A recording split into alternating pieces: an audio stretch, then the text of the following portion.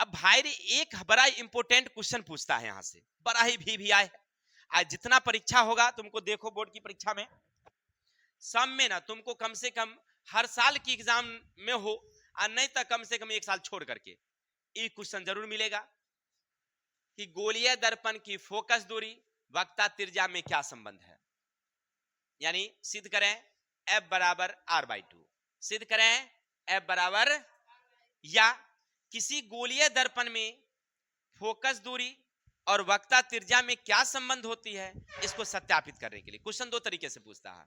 समझो फिर से पूछेगा आपसे कि गोलीय दर्पण में फोकस दूरी और वक्ता त्रिज्या में क्या संबंध है, सत्यापित करें।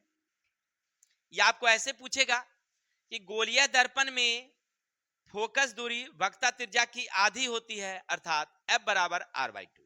ठीक है, चाहे क्वेश्चन जो भी पूछेगा, वक्ता त्रिज्या और फोकस दूरी, वक्ता त्रिज्या फोकस दूरी, ये दोनों रहेगा तुमको उसमें, तो समझ जाना कि हमको सिद्ध करने के लिए कह रहा है F बराबर। तो कैसे बनाएंगे समझते हैं।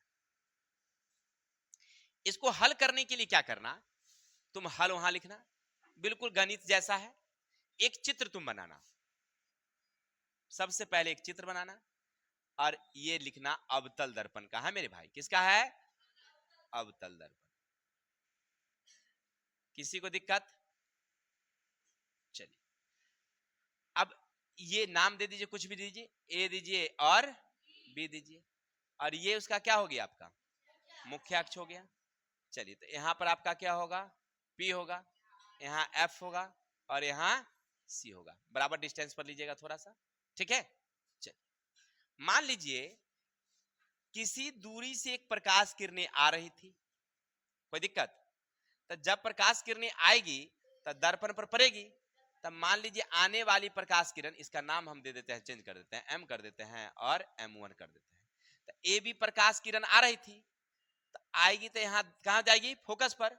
अब फोकस पर से यहाँ आ जाएगी। किसी को दिक्कत? ये तो इतना तो समझ रहे हैं। चलिए अब क्या करेंगे, इसको क्या करते हैं हम लोग ना, थोड़ा सा यहां से इसको डिवाइडिंग कर देते हैं। हो गया? इतना समझ गए? चित्र ऐसे ही आपको बनाना है वहां पर। अब देखिए ये जो दूरी है, अभी अभी आप क्या पढ़ रहे थे, इतनी दूरी को क्या बोलेंगे हम लोग, एफ बोलेंगे। क्या बोलेंगे? फोकस है, फोकस दूरी। और ये समुच्चा वाली क्या है, यहां से यहां वाली को क्या कह देंगे हम लोग, आर कह देंगे। किसी को दिक्कत? चलिए अब इतना लिखने के बाद लिखना M1 एक दर्पण है। M1 क्या है, एक दर्पण है। ए बी आपतित किरण है। ए बी क्या हमारी, जो बी से परावर्तित होकर एफ से गुजरती है।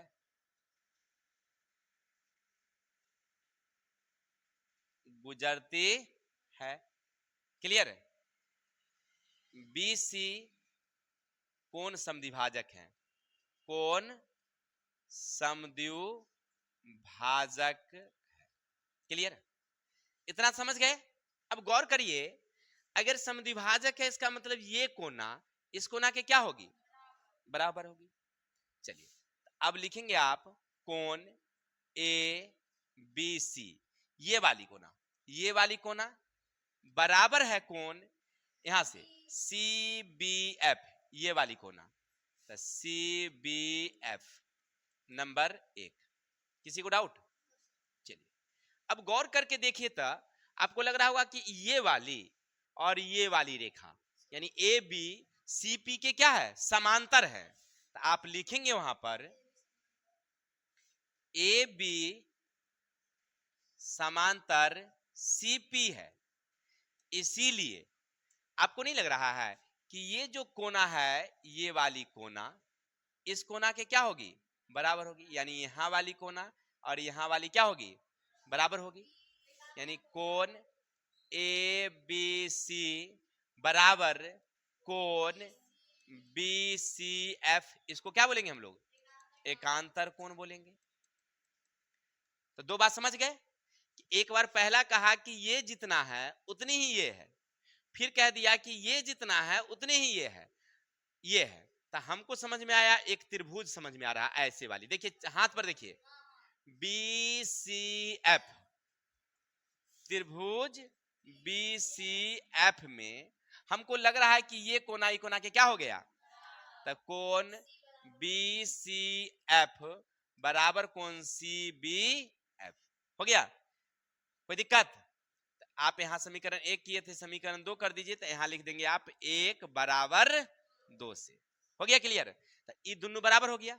इसका मतलब है कि ये चीज ये के क्या होगी, काहे लगी कि किसी त्रिभुज में अगर दो कोण बराबर है तो दो भुजा भी बराबर होगी। हो गया? तो आप लिखेंगे बी एफ बराबर सी एफ। किसी को दिक्कत?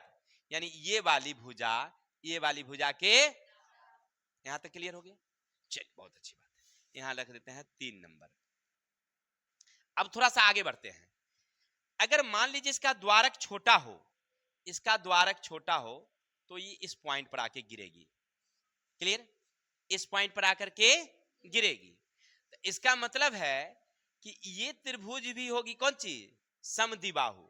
अर्थात देखिए ये कोना इस कोना के क्या हो जाएगी, हमारी बराबर हो जाएगी, ये कोना इस कोना के बराबर हो जाएगी।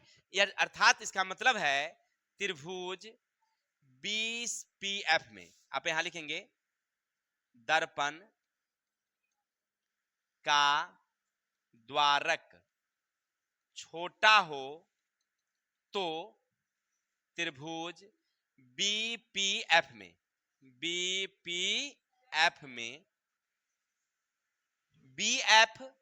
पीएफ के बराबर होगी, बीएफ बराबर पीएफ होगी। किसी को दिक्कत? अब गौर करिए आप थोड़ा सा दोनों में, अब 3 और 4 में, 3 और 4 में अब गौर करके देखिए, तो आपको नहीं लग रहा है कि बीएफ बीएफ क्या है, काटिएगा नहीं, समझने के लिए बता दिए हैं। तो आप लिखेंगे सी एफ बराबर पी एफ, सी एफ बराबर पी एफ। तो सी एफ यहां से यहां दूरी है, अब पी एफ से यहां से यहां दूरी है। हो गया? इसके बदले में हम ऐसे लिख सकते हैं भाई रे, सीपी समुच्चा बराबर C F plus P F. समुच्चा सीपी आधा जोर आधा। कोई दिक्कत? चलिए सीपी का सीपी रहने देते हैं। अब पीएफ को हमने क्या नाम दिया था, एफ। अगर दोनों बराबरे है तो एक एफ कर देते हैं, क्योंकि यहां तो कह रहा है दोनों बराबर है। तब पीएफ में आप एफ दिए हैं तो एक बराबर में एफ दे दीजिए। इसका नाम क्या रखे हैं आप, आर रखे हैं। इधर क्या हो गया आपका 2f। इसको ऐसे भी तो लिखा जा सकता है f बराबर आर, यहां गुना में है ता गया तो तब प्रूव्ड हो गया। यही हमें प्रूव्ड करना होता है। 4 नंबर का क्वेश्चन रहता है एग्जाम में, ठीक है? तो थोड़ा सा आप लोग पेशेंस होकर के वहां पर बनाइएगा बिल्कुल अच्छे तरह से, तब बन जाएगा, कोई दिक्कत नहीं होगा। ऐसा बनाता है कोई दिक्कत नहीं रहता है। हो गया क्लियर? तो स्क्रीनशॉट लीजिए, फिर आगे चलते हैं। बताना चाहेंगे क्या?